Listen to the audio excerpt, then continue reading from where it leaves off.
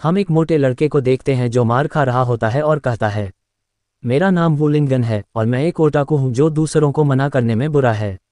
इस दिखावे के कारण बचपन से ही मेरे दबंग सहपाठियों द्वारा मुझे परेशान किया जाता रहा है, लेकिन इसके कारण मैंने और भी अधिक मेहनत से पढ़ाई की।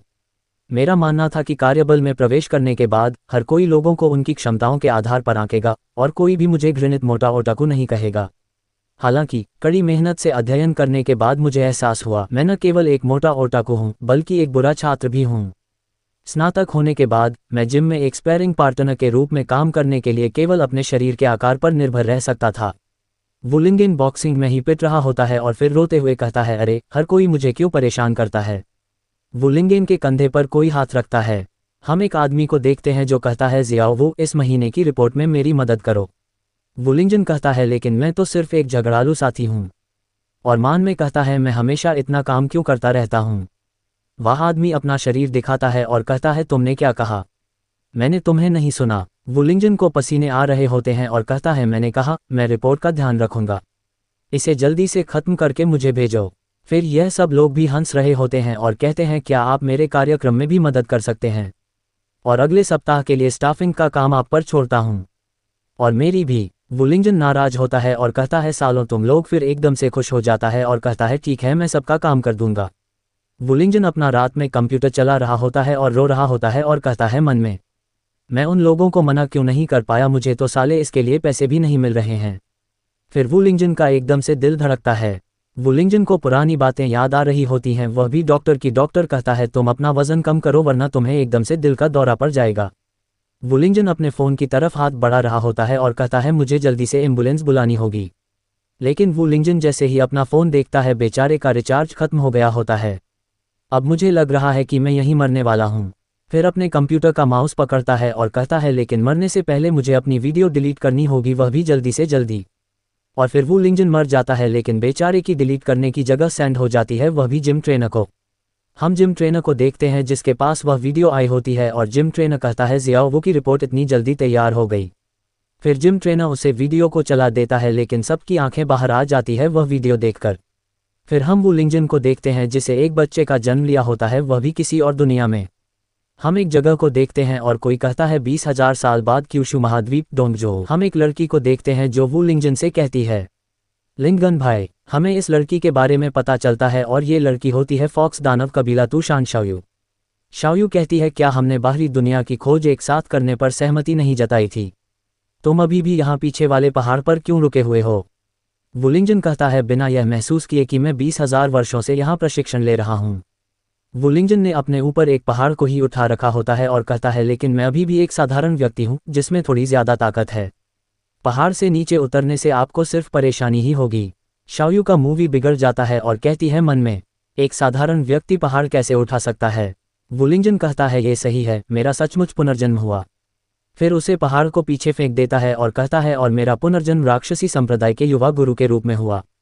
हालांकि अब खत्म हो चुका राक्षसी संप्रदाय मेरी रक्षा नहीं कर सकता।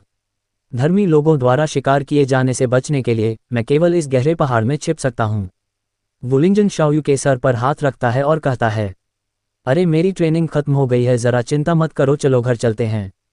शाओयू खुश हो जाती है। वुलिंगन कहता है, यदि यह छोटी सी लोमड़ी न होती जिसे मैंने अपने साथ रखने के लिए बचाया था, तो मैं ऊँट के कारण पागल हो गया होता। राहुल हमसे कहता है, मेरे पिछले जीवन से मिली सीख और इस जीवन में निरंतर प्रयास के कारण पूरे 20,000 वर्षों से मैं प्रतिदिन प्रशिक्षण के माध्यम से स्वयं को अनुशासित करता रहा हूँ। हालांकि लंबे समय तक प्रशिक्षण के बाद मुझे एहसास हुआ मैं एक काल्पनिक दुनिया में पहुँच गया हूँ। वुलिंगन और शाओयू के सामने एक बहुत बड़ा सांप आ गया होता है, लेकिन वुलिंगन उसे सांप को देखकर खुश नहीं होता है और कहता है, और मैं एक वास्तविक वुलिंगन, कोई आध्यात्मिक जड़ नहीं। फिर वह सांप वुलिंगन के ऊपर हमला करने के लिए आगे बढ़ता है और वुलिंगन कहता है, मैंने जो अच्छा शरीर तैयार किया है उसके अलावा। वुलिंगन उसे सांप को इतना तगड़ा घुसा मारता है, वह सांप आसमान में जाकर फिर जमीन पर आकर धर्मसीने गिरता है। वुलिंगन के मुंह से लार टपक रही होती है, वह भी सांप को देखकर, और वुलिंगन कहता है, चलो आज सांप का मांस खाते हैं। शाओयू बहुत ज़्यादा खुश होती है और मन में कहती है, एक golden core stage flood dragon, एक ही मुक्का से पराजित, जैसा कि मेरे लिंगन भाई से उम्मीद थी। वहां पर एक आदमी आता है और वुलिंगन से कहता है, तेरी हिम्मत कैसे हुई इन सांप को मारने की जिसे मैं आधा मार दिया था? ये लड़का होता है जुआतियान अकादमी इंटर्नशिप प्रशिक्षक जियाओ चुनहो। चनह्युओ जोर से चिल्लाकर कहता है, ऐसा बेशर्मी भरा कृत्य करने के लिए क्या आप राक्षसी संप्रदाय के अवशेष हो सकते हैं। फिर वू लिंगजन की धीरे धीरे शक्ल बना रही होती है और कहता है, मैं नहीं हूँ, मैंने नहीं किया, बकवास मत करो। वू लिंगजन चनह्युओ के सामने झुक जाता है और कहता है, मुझे सच में खेद है, मेरा ऐसा मतलब नहीं था। चनह्युओ मान में कहता है, एक छोटा लोमड़ी दानव और एक साधारण व्यक्ति जिसका कोई आध्यात्मिक आधार नहीं है। फेय कहता है, ऐसा लगता है कि शब्दों को बर्बाद करने की कोई जरूरत नहीं है। चनह्युओ अपनी तलवार से हमला कर देता है और कहता है, अब तू मरेगा साले।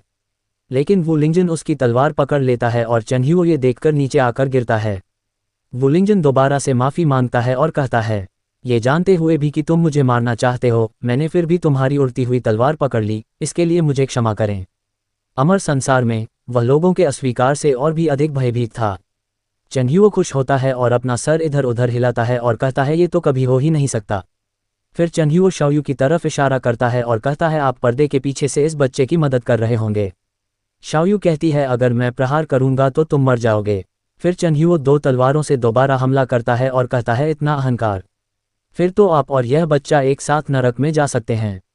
वू लिंगजन चनह्युओ की दोबारा से तलवारें पकड़ लेता है और चनह्युओ जमीन पर आकर गिरता है। चुनुओ बेचारा दोबारा से गुस्सा होता है और मन में कहता है, अबे इसने फिर से पकड़ ली। वू लिंगजन माफ़ी मांगता है दोबारा और कहता है, आप मुझे मार सकते हैं, लेकिन जियाओयू को चोट मत पहुंचाए। जियाओयू खुश होती है और मन में कहती है, भाई लिंगगन ने मेरे लिए उड़ती तलवार को रोक दिया, लिंगगन को मेरी परवाह है।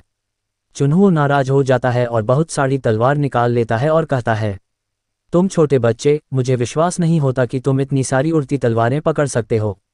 वू लिंगगन सारी तलवारों को पकड़ लेता है और कहता है, क्षमा करें, मैंने सहज रूप से उन सभी को पकड़ लिया। शाओयू मान में कहती है, भाई लिंगगन, आप बहुत बुरे हैं, मैं आपको सचमुच पसंद करता हूँ। इस बेचारे का मुंह ही बन जाता है।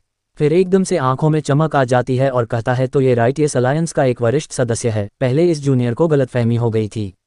अपना सर खो जाता है और कहता है, कृपया उड़ती हुई तलवारें मुझे लौटा दीजिए और मैं तुरंत चला जाऊंगा।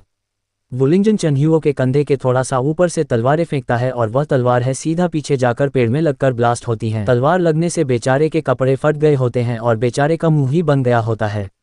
वू लिंगजन नाग को अपने कंधे पर डालता है और कहता है, चलो वापस चलते हैं, हमें अभी भी पिताजी और बाकियों के लिए खाना बनाना है। फिर शाओयू पीछे की तरफ रुक जाती है और कहती है, आज की घटनाओं के बारे में। फिर एकदम से डरावना सा चेहरा बनाती है और कहती है, मैं इसके बारे में एक शब्द भी नहीं सुनना चाहती, क्या तुझे समझ में आया या नहीं।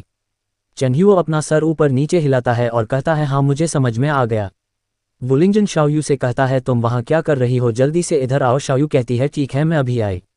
चनह्युओ एकदम से अपने जिगर पर हाथ रखता है और घबराते हुए मन में कहता है, अबे इसकी माँ का ये लोग कौन थे, इन्हें तो मेरी जान ही निकाल ली थी। फिर चनह्युओ हंसता है और मन में कहता है, लेकिन आप केवल अभी खुश हो सकते हैं जब मैं जुवानचुन अकादमी के पुराने पूर्वज को बताता हूँ कि क्या हुआ।